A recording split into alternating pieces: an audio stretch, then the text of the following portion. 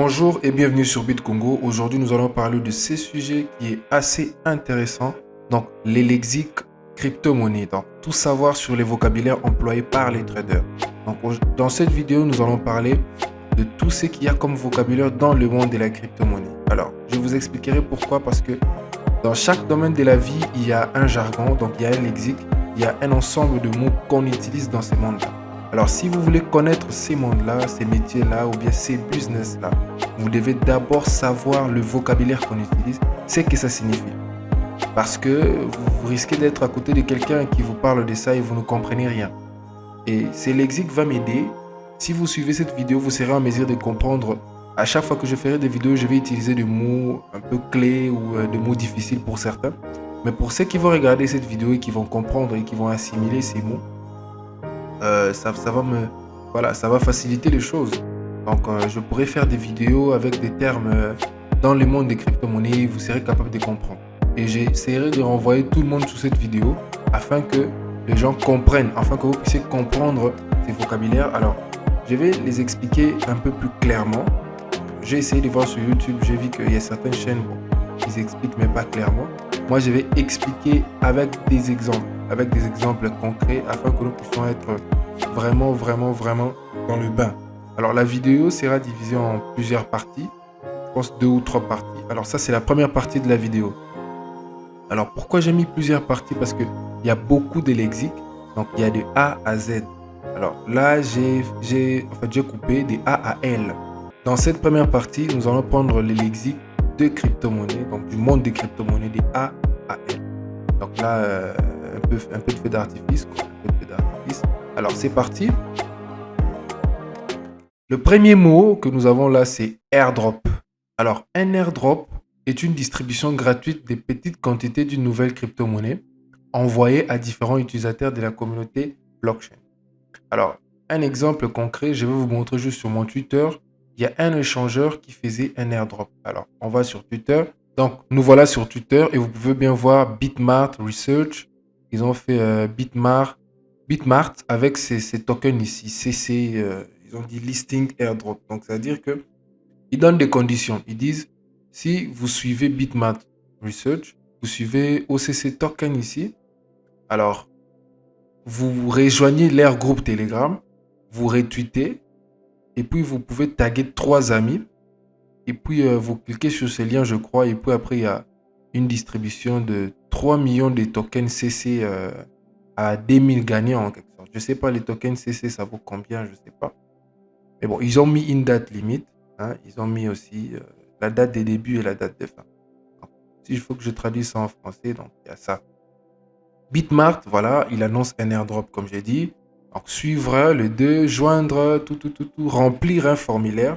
Donc, voilà, remplir un formulaire. Et puis après, il y aura 2000 gagnants sur les gens qui vont faire ces conditions, en fait, dans cette limite de temps, en fait. Donc, du 29 juin au 14 juillet, je crois. Donc, voilà un peu à quoi ressemble un airdrop. Alors, ça, ce sont les entreprises qui font des airdrops. Donc, c'est-à-dire Bitmart qui fait un airdrop.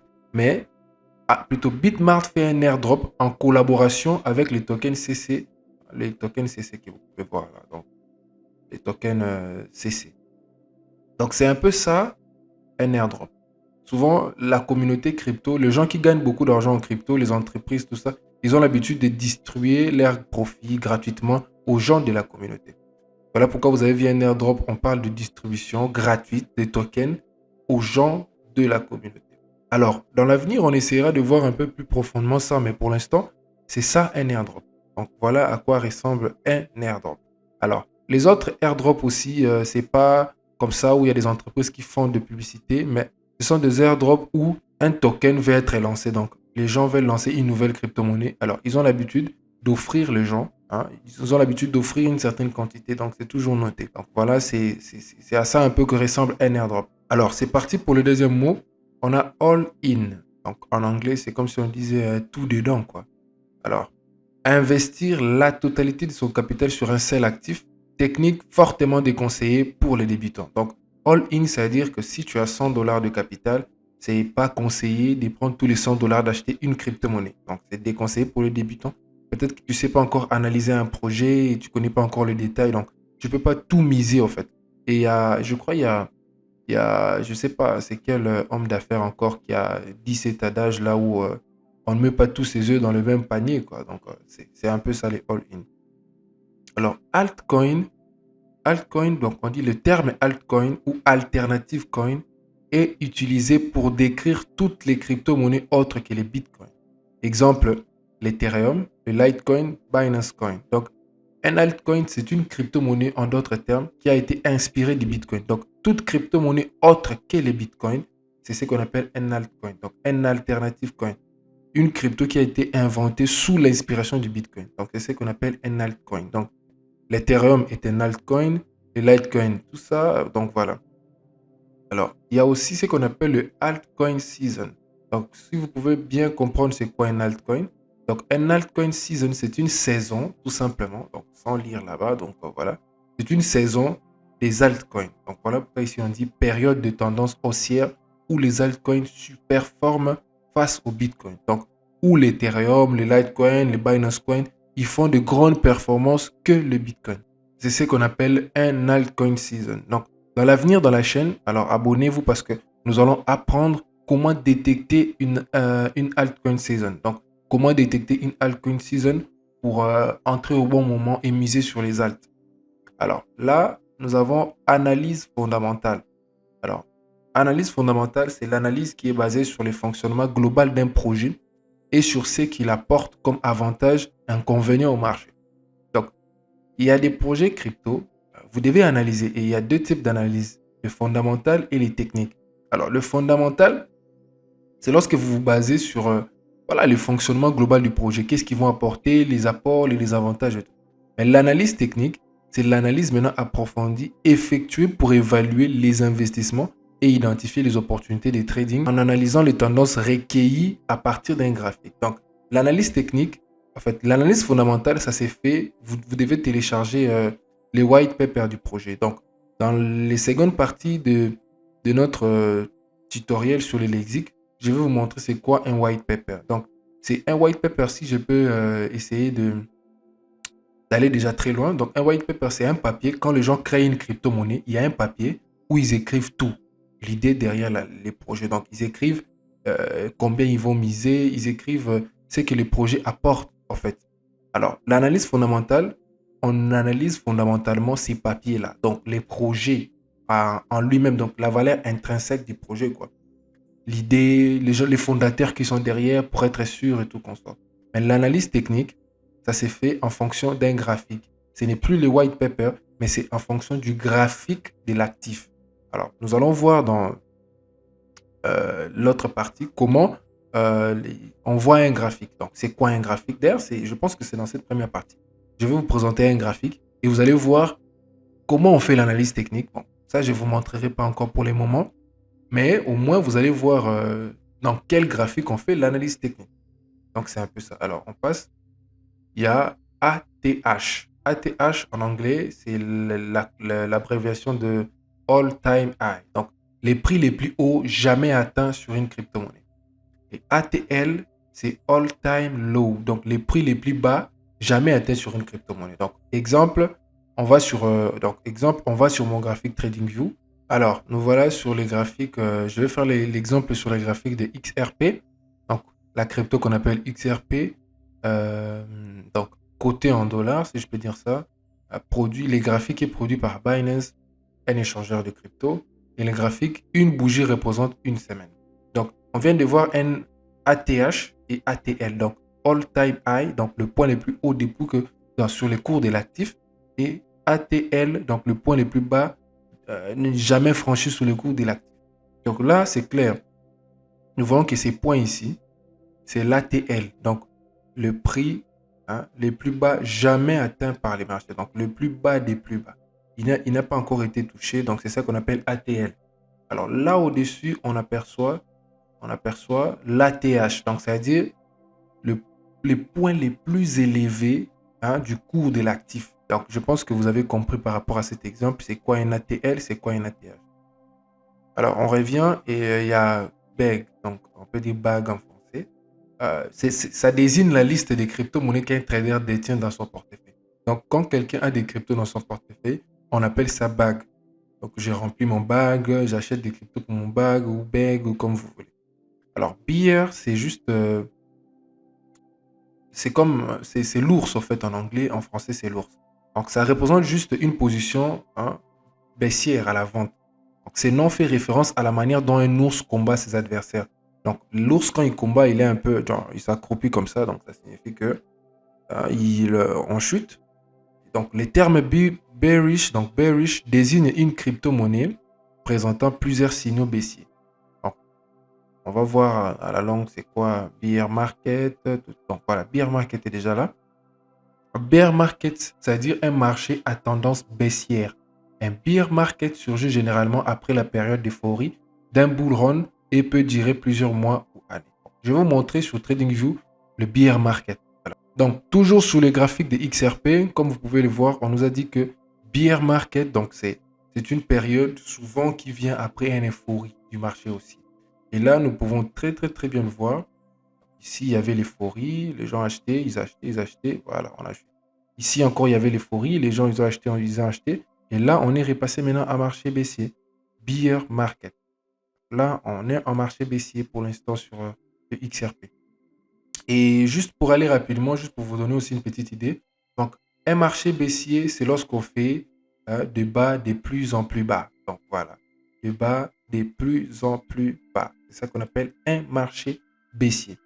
Donc, voilà, pour l'instant, sur les XRP, on est en bear market. Et voilà, donc on est si vous pouvez très bien le voir, donc on a des hauts de plus en plus hauts, des hauts de plus en plus bas plutôt, et des bas de plus en plus bas. Donc voilà, comme je vous ai dit, c'est ça la tendance baissière. Donc, alors, les bitcoins est la toute première des crypto-monnaies à être publiée. Elle a été développée en 2008 par le célèbre Satoshi Nakamoto et est devenue depuis donc, la crypto ayant la plus d'importance, la plus importante plutôt capitalisation au monde. Donc voilà pourquoi les bitcoins en ce moment, ils représentent plus de 45% de la capitalisation globale de crypto-monnaies. Alors, nous entrerons en détail plus dans le futur sur comment ça fonctionne. Parce que je suis sûr que si vous avez entendu parler des cryptos pour la première fois de votre vie, la première chose que vous avez entendu, c'est Bitcoin. Donc, c'est pas Ethereum, c'est pas Litecoin, c'est Bitcoin d'abord. Alors, je ferai aussi une vidéo dans l'avenir pour expliquer comment ça a été créé, pour expliquer c'est quoi l'idée derrière et tout. Donc, mais ça, c'est juste la définition du mot. Donc, c'est la première crypto-monnaie publiée en 2008 par Satoshi Nakamoto. Donc, voilà. Alors, la blockchain aussi, c'est juste une définition. Nous entrerons dans les détails plus tard. Une blockchain est un type de base de données où sont stockées électroniquement de nombreuses informations confidentielles. Une blockchain, donc chaîne des blocs, permet aux informations numériques d'être enregistrées et distribuées, mais pas éditées. Pratiquement toutes les transactions peuvent être suivies et échangées sur un réseau blockchain, ce qui réduit le risque et le coût pour la totalité des utilisateurs. Donc, ici, nous avons Bull. Bull, c'est un actif à tendance haussière. Donc, le terme bullish désigne un cours boursier présentant plusieurs signaux haussiers. Bull market, c'est la période haussière pour la quasi-totalité des crypto-monnaies présentes sur les marchés. Donc, bull et bull market, c'est l'inverse de bear et de bear market. Donc, là, nous avions vu que c'était un marché baissier. Donc, on avait des bas de plus en plus bas et des hauts de plus en plus bas. Ici, c'est l'inverse. Ici, on aura des hauts de plus en plus hauts et des bas de plus en plus hauts. Donc, c'est ça un marché aussi en quelque sorte dans le monde de la crypto-monnaie. Alors, après, nous avons un burn, donc burn, je crois. C'est une méthode qui consiste à supprimer des tokens de la circulation, réduisant ainsi l'offre totale d'une crypto-monnaie. Le burn est une technique utilisée par un grand nombre d'exchanges afin d'ajouter une certaine rareté à leurs tokens, ce qui donne en général la hausse du prix des jetons. Donc, pour bien comprendre c'est quoi un burn, en fait, si vous étiez dans les marchés de l'art, vous allez avoir des facilités pour comprendre. Donc, un exemple, un objet d'art qui n'a qu'un seul exemplaire dans le monde vaut toujours des millions. Mais quand un objet d'art, il y en a des centaines dans le monde, les prix est bas. Donc, plus l'objet dans l'art, il est rare, plus il est très cher. Donc, un exemple, si vous regardez la peinture de Léonard da Vinci de Mona Lisa, il n'y en a qu'un seul exemple. Il n'y en a qu'un seul. Donc, il n'y en a pas deux. Il n'y en a qu'un seul. Alors, voilà pourquoi ces tableaux coûtent une fortune en quelque sorte. Donc, plus il est rare, plus donc, il y a la hausse des prix en désordre. Alors, dans les cryptos, c'est la même chose. Quand les gens, genre les échangeurs qui ont les crypto ou bien quand quelqu'un a un projet crypto, il brille volontairement une certaine quantité de pièces de cette crypto. Parce que plus les pièces de cette crypto sont rares à avoir, plus la crypto-monnaie devient plus chère encore. Donc, plus les prix de la crypto-monnaie augmentent. Alors, je vais essayer de vous montrer un exemple sur mon Twitter, comment une entreprise ou bien des gens derrière un projet, donc les gens d'une crypto-monnaie, donc les gens qui ont créé une crypto-monnaie, qui sont derrière cette crypto, comment ils font le bourn. Et vous verrez que ce sont des montants astronomiques des pièces qui brillent. Donc voilà un exemple pour PancakeSwap, donc les fondateurs du token qu'on appelle le cake. Alors ils sont sur la Binance Smart Chain. Alors le PancakeSwap, tu vois, ils ont brûlé donc à peu près 6 750 313 cakes. Alors qu'un cake, je crois, ça vaut, je sais pas, ça vaut 4 dollars environ ou 5 dollars, le prix d'une pièce. Ils viennent de brûler ces montants de cake. Donc, c'est environ 23 millions de dollars. Quand je dis brûler, ça veut dire qu'ils ont brûlé les pièces. Donc, c'est comme s'ils ont effacé les pièces. Ils ont mis les frais de trading, comment ils ont fait le swap, comment ils ont fait, donc voilà, leurs prédictions.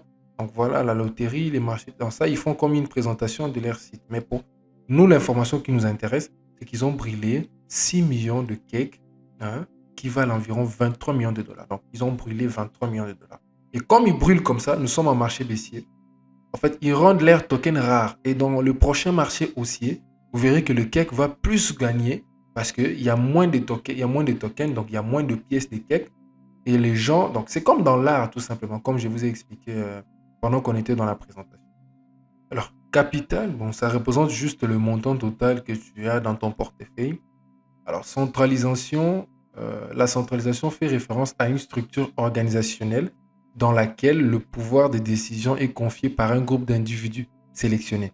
Dans de nombreuses situations, le cadre supérieur d'une entreprise détient tous les pouvoirs de décision. Donc ça, si vous voulez bien comprendre la centralisation, observez les banques. Donc voilà. Donc, quand nous mettons l'argent dans la banque, nous confions notre argent à un groupe d'individus. C'est ce qu'on appelle la centralisation. Donc voilà. Alors, tu ne peux pas retirer ton argent sans que cet individu la sache. C'est un peu ça la centralisation. Alors, on a chart. Chart, donc, c'est-à-dire c'est les graphiques représentant les cours d'un actif numérique. Alors, le chandelier japonais, ce type de graphique utilisé en analyse technique pour représenter les variations d'un cours. Alors, je pense que vous avez déjà vu c'est quoi un graphique, mais moi, je vous montre pour ces démos. Alors, on se retrouve sur TradingView, toujours sur notre graphique sur le XRP. Alors, ça, c'est ce qu'on appelle une charte. La charte, donc, ça représente le cours d'un actif, la charte. Alors, le chandelier japonais, ce sont ces bougies que vous êtes en train de voir. Donc, ces bougies orange chez moi représentent une forte baisse du marché. Donc, une forte baisse du marché. Les bougies orange, ça veut dire on est baissier. Les bougies blanches plutôt, sont... voilà, ça montre qu'on est aussi. Donc, je pense que vous avez peut-être déjà vu une charte, mais c'était pas comme ça. Peut-être que c'était... En fait, attendez, je vais vous montrer la façon la plus logique et typique d'une charte. Attendez. Bon, j'ai voulu trouver rapidement un truc sur Twitter pour vous montrer. Donc, d'habitude, les gens, quand vous parlez de chart, donc la manière traditionnelle, c'est ça. Donc, les bougies rouges, ça montre la baisse, comme vous pouvez voir, et les bougies vertes, ça montre la hausse. Donc, c'est un peu ce qu'on appelle une charte. Donc, ça, c'est une charte dans l'ensemble, mais ça, c'est une bougie japonaise. Donc, ce sont des bougies japonaises. Donc, le chandelier japonais. Donc, voilà un peu. Nous avons les cold wallets. Donc, un cold wallet, donc portefeuille à froid, est une méthode de stockage de clés privées physiques qui n'est pas connectée à Internet. Ledger, SafePal. Cette solution limite fortement les risques de piratage et est très conseillée pour stocker ces crypto-monnaies sur du long terme. Je vous montre un exemple d'un cold wallet. Donc, voilà un peu à quoi ressemble le Ledger. Donc, c'est comme un flash disk. Donc, le cold wallet, comme vous pouvez le voir, c'est comme un flash disk où on stocke des crypto-monnaies. Donc, c'est un cold wallet. Alors, le cross margin, c'est l'option qui utilise la totalité de fonds disponibles sur votre portefeuille afin d'éviter la liquidation de vos positions. Exemple, dans le cas où vous êtes positionné sur un contrat avec un investissement de 100 dollars et que le cours atteint votre prix de liquidation, la marge croisée puisera dans votre solde de crypto-monnaie pour éviter la fermeture totale de votre position. Vous pouvez retrouver cette méthode de trading. Donc voilà, ça c'est... Donc vous pouvez retrouver ça sur les trading des contrats dérivés tels que Binance, Future. Ces entreprises, ces échangeurs qui proposent des contrats dérivés, donc on appelle des options futures.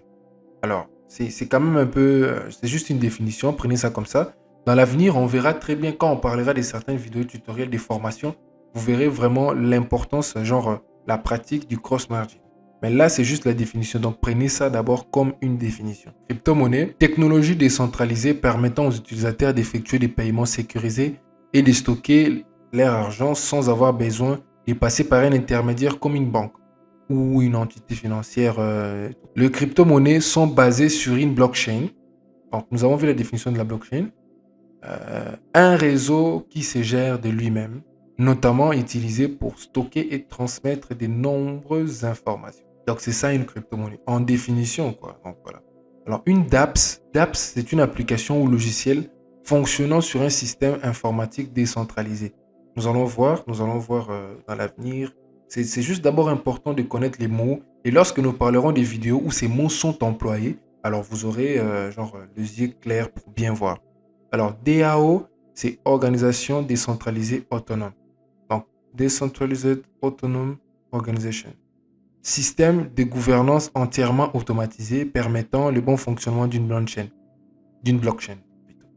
Donc, le DAO fonctionne grâce à une combinaison de divers contrats intelligents qui permettent aux participants de prendre une part équitable au processus de décision au sein d'une organisation. Ça aussi, prenez ça comme une définition. C'est mieux de comprendre d'abord, comme je l'ai dit. Et puis, quand nous allons faire des vidéos où nous allons appliquer, où nous allons parler vraiment de ça dans ces vidéos, vous serez à mesure de bien voir, encore une fois. Là, on a décentralisation qui est juste le contraire de centralisation. Donc, système décentralisé qui, à l'inverse de la centralisation, ne s'appuie pas sur un seul centre d'autorité pour faire respecter les règles et maintenir le bon fonctionnement d'un réseau. Donc, les crypto-monnaies fonctionnent, ils sont décentralisés. Donc, il n'y a pas une banque, il n'y a pas une entité financière qui gère. Alors, nous avons DCA, Dollar Cost Averaging. Donc, c'est une stratégie d'investissement utilisée par des personnes souhaitant investir une somme d'argent prédéfinie à intervalles réguliers en les répétant pendant plusieurs mois ou années. Donc, j'ai fait une vidéo où j'ai expliqué les DCA un peu plus en détail. Donc, les liens vont apparaître juste là au-dessus. Alors, allez cliquer pour bien suivre la vidéo sur les DCA. On a la DeFi, donc Decentralized Finance. C'est un système financier, donc finance décentralisée en français. C'est un système financier développé sur des réseaux blockchain entièrement décentralisés et accessibles à tous. Les applications DeFi, donc DeFi, n'ont pas besoin d'intermédiaires ou de médiateurs. La plupart sont construites sur la blockchain d'Ethereum, ce qui permet le développement de logiciels décentralisés via l'utilisation des smart contracts intelligents. Donc, nous allons voir dans la prochaine partie où nous parlerons de l'exit des cryptos à partir des S et des M, S et tout. Nous allons voir c'est quoi une smart contract. Donc, ne soyez pas inquiétés. Donc, voilà. Il y a aussi les DEX, donc Decentralized Exchange. Ce sont des plateformes d'échange décentralisées permettant la négociation des crypto-monnaies en toute sécurité. Donc, je peux vous donner les exemples d'index. Donc, les exemples d'index. Donc, il y a MetaMask, il y a PancakeSwap et puis il y a Uniswap. Donc, MetaMask, PancakeSwap, Uniswap. Je ferai des vidéos pour présenter toutes ces plateformes-là dans l'avenir. Donc là, ce sont juste des exemples de DEX, donc de Decentralized Exchange. Alors, un dip, c'est le point le plus bas lors d'un mouvement baissier. Donc, un dip est très certainement l'une des meilleures opportunités pour investir sur une crypto-monnaie et donc fortement recherchée par les traders. Donc, nous avons dit précédemment là qu'il y a une tendance baissière et donc on reconnaît une tendance baissière parce qu'on a de bas de plus en plus bas et de hauts de plus en plus bas. Maintenant, ces bas de plus en plus bas là, c'est ce qu'on appelle des dips. Donc, le point le plus bas. Je ne sais pas si vous voyez. Donc, c'est un peu ça. Alors, un dump, ça signifie donc un mouvement baissier à très forte intensité. Donc, des mouvements genre du coup comme ça, il y a un dump. Donc, je vous montre un exemple d'un dump. Alors là, nous sommes sur les cours du Bitcoin. C'était, je pense, la semaine dernière. Donc tout allait bien ici, comme vous pouvez le voir. Tout allait bien. Et tout à coup, pouf, une grosse bougie rouge qui fait chuter les prix. C'est ce qu'on appelle un dump. Donc c'est cette bougie qu'on appelle un dump.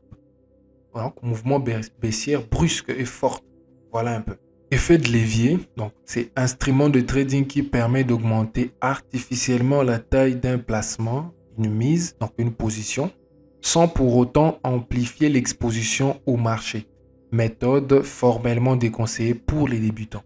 Alors quand nous parlerons des tutos sur les trading des cryptos, alors vous allez bien voir là où se situe vraiment l'effet de levier et pourquoi est-ce que cette méthode est formellement déconseillée pour les débutants. Il y a ERC20, donc token utilisé et développé uniquement sur la plateforme d'Ethereum. Alors, nous allons voir un peu plus en détail ça dans l'avenir aussi. Donc, ça, ce ne sont que des définitions pour l'instant. Il y a Ethereum, donc c'est ni plus ni moins la deuxième plus grande crypto-monnaie du monde après les bitcoins.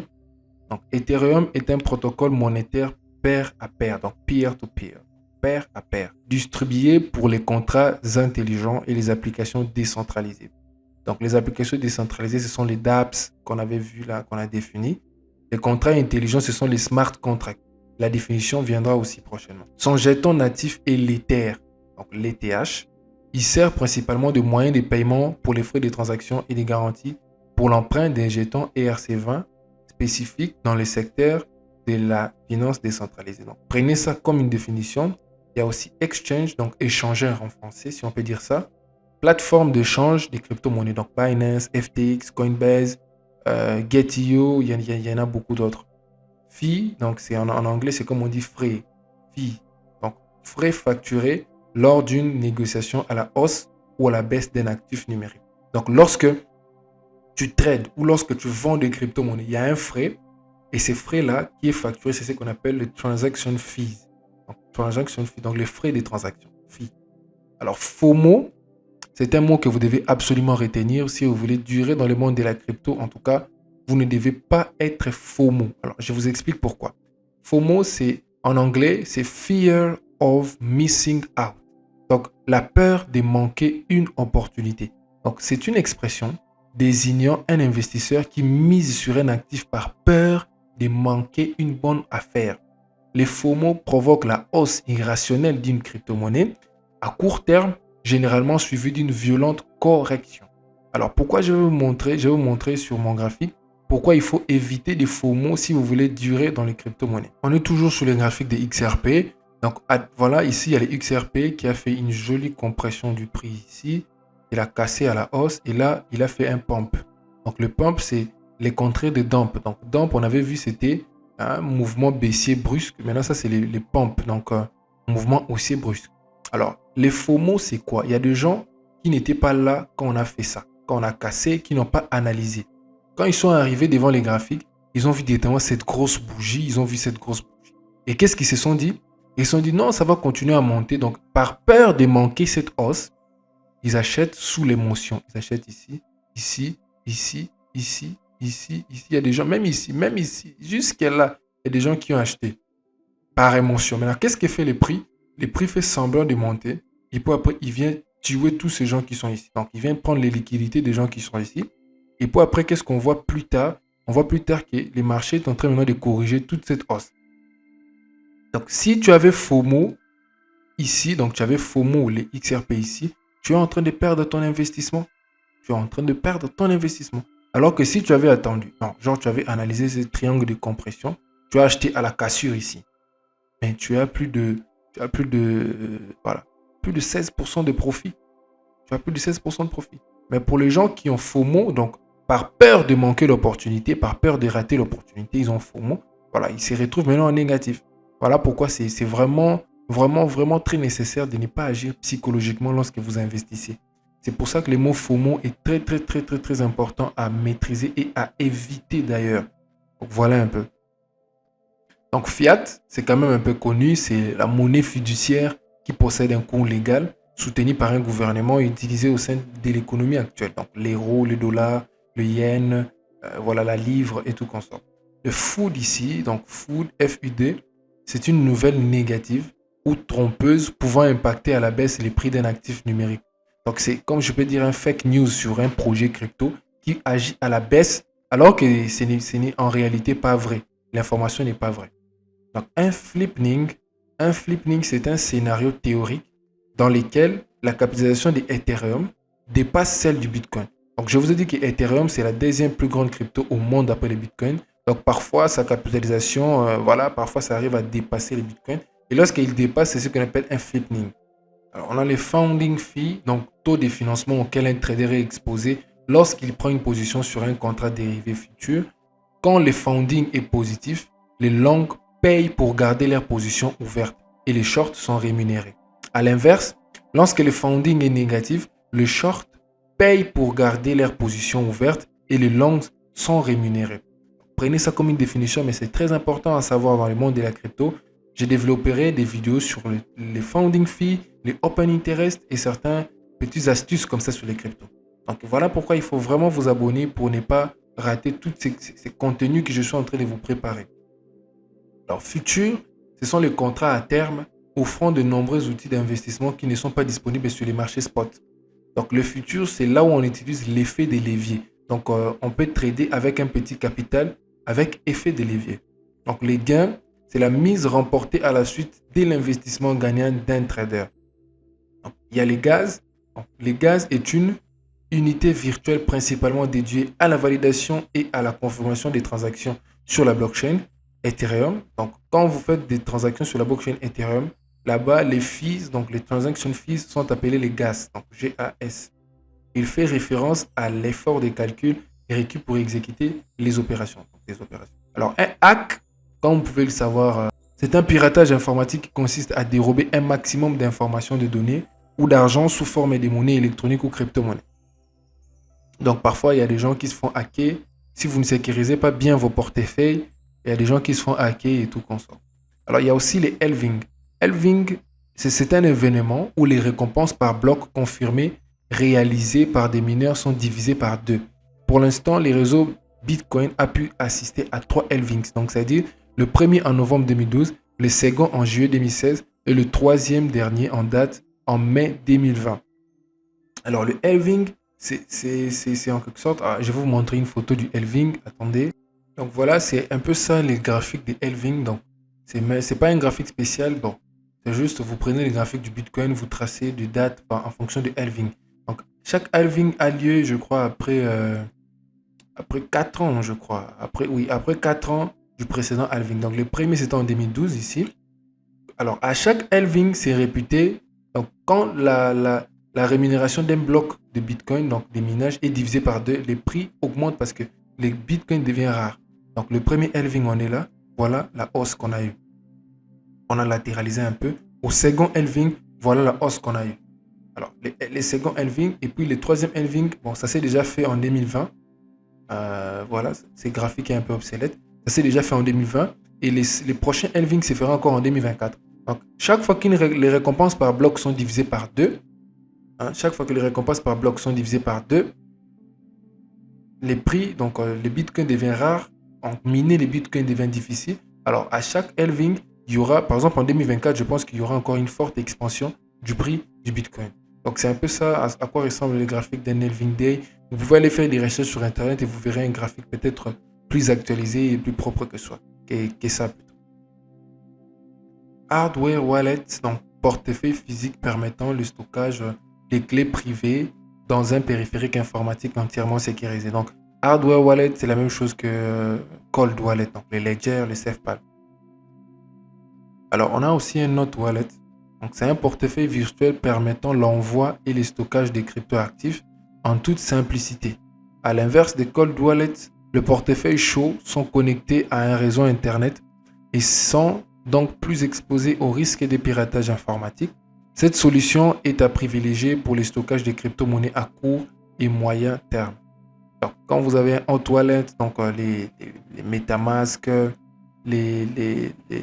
comment on appelle encore l'autre, Trust Wallet, donc c'est pour le court moyen terme. Donc, il faut quand même essayer d'être prudent, sinon par crainte des hacking et tout. Alors, un hash rate, c'est le terme utilisé pour décrire la puissance de calcul d'un réseau de crypto-monnaies. Le hash rate est mesuré en unité de hachage la seconde, ce qui représente la puissance de calcul par seconde qui peut être effectuée dans une certaine blockchain. L'ordinateur qui fait les minages des crypto-monnaies, sa puissance de calcul, c'est ce qu'on appelle le hash rate. C'est hash rate par seconde. Donc, le nombre de calculs de l'algorithme de calcul qu'il est capable de résoudre en hash rate par seconde. Donc, voilà un peu. Alors, un higher high, c'est-à-dire un point plus haut que le précédent. Un higher low, c'est un point plus bas que le précédent. C'est aussi simple que ça à comprendre. Alors, hold, c'est l'effet de conserver ses actifs numériques sur du long terme. Peu importe les variations du cours, cette stratégie est généralement récompensée grâce à la déflation du marché actuel des crypto-monnaies. Hold, souvent les gens qui font de la crypto-monnaie ont déformé ça. Ils appellent ça parfois hodl. Donc, le D vient là et le L va là. C'est juste une façon, genre, de blaguer, de rigoler. Mais sinon, à la base, ça signifie hold, conserver ses cryptos sur du long terme. Alors, isolated margin, c'est l'inverse des cross margin que nous avons vu. Isolated margin, c'est option de trading qui permet de gérer chacune des positions de manière indépendante. À l'inverse, comme je vous l'ai dit, du cross margin, la marge isolée est une méthode plus sécurisée qui empêche la liquidation de la totalité des fonds présents sur un portefeuille. Alors, on a ICO. ICO, c'est Initial Coin Offering. Offre de lancement permettant aux investisseurs d'acheter les premiers tokens mis en vente par un quelconque projet. Alors, un ICO, vous savez tous, c'est comme un IPO en bourse. Donc, c'est-à-dire que quand une entreprise veut entrer en bourse, il y a un IPO. Donc, c'est-à-dire ils préparent le lancement. Et il y a les gens, les gens qui ont des gros portefeuilles, ils achètent les actions de cette entreprise au prix de l'ICO.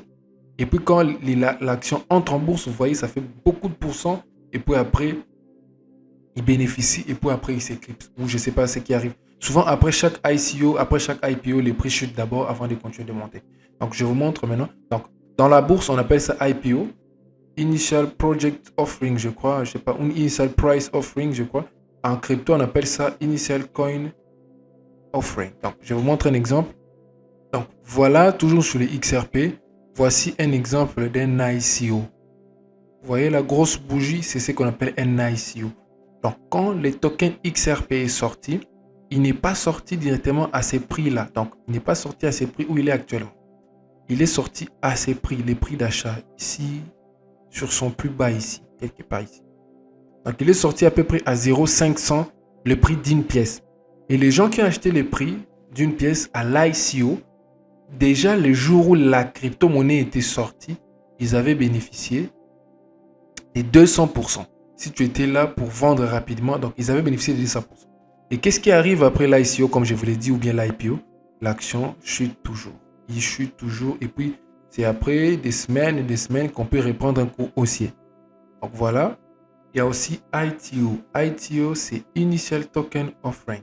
Similaire à l'ICO, les ITOs sont davantage axés sur l'offre de jetons ayant une utilité intrinsèque sous la forme d'un logiciel ou d'une utilisation dans un écosystème.